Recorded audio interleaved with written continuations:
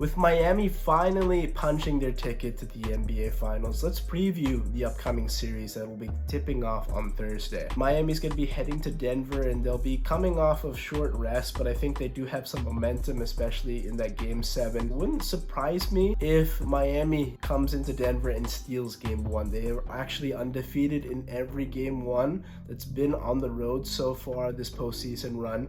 They do get back Tyler Hero as well, and I think Denver will definitely come out a little flat because they haven't played in about 10 days when the finals kick off on June 1st. Miami has a distinct advantage in terms of head coaching. I mean, Erik Spoelstra is making his 6th appearance in the NBA Finals. Most of this Miami Heat core also has been part of that bubble run to the finals after they lost to the Los Angeles Lakers in 2020. So they have some experience. They know what this moment is all about. Now, the travel component is going to be new, and playing in Denver is an added dimension. It certainly brings in some extra variables that we haven't seen out of these two squads. Talent-wise, from top to bottom, I'd say this favors Denver, but of course experience does matter. Defensively, it's going to be very interesting to see how Bam Adebayo matches up against Nikola Jokic. Bam poses a different set of problems for Nikola Jokic. He is smaller, so he can have that ability to get on the perimeter and guard Nikola Jokic when he takes jump shots. I think that switchability and that ability to get underneath Nikola is going to pose some problems, but we've seen Nikola been able to work out of the high post quite comfortably and make those high level passes over his head. We'll see how that matchup comes out, but still would favor Nikola Jokic. In terms of the role players, I would say Miami is actually the deeper team amongst these two. Now they're getting back Tyler Hero into the lineup, and I wouldn't be surprised if that tips the scale in Miami's favor. I think that's going to pose some interesting matchups there, but still favors Miami. Now, I think something that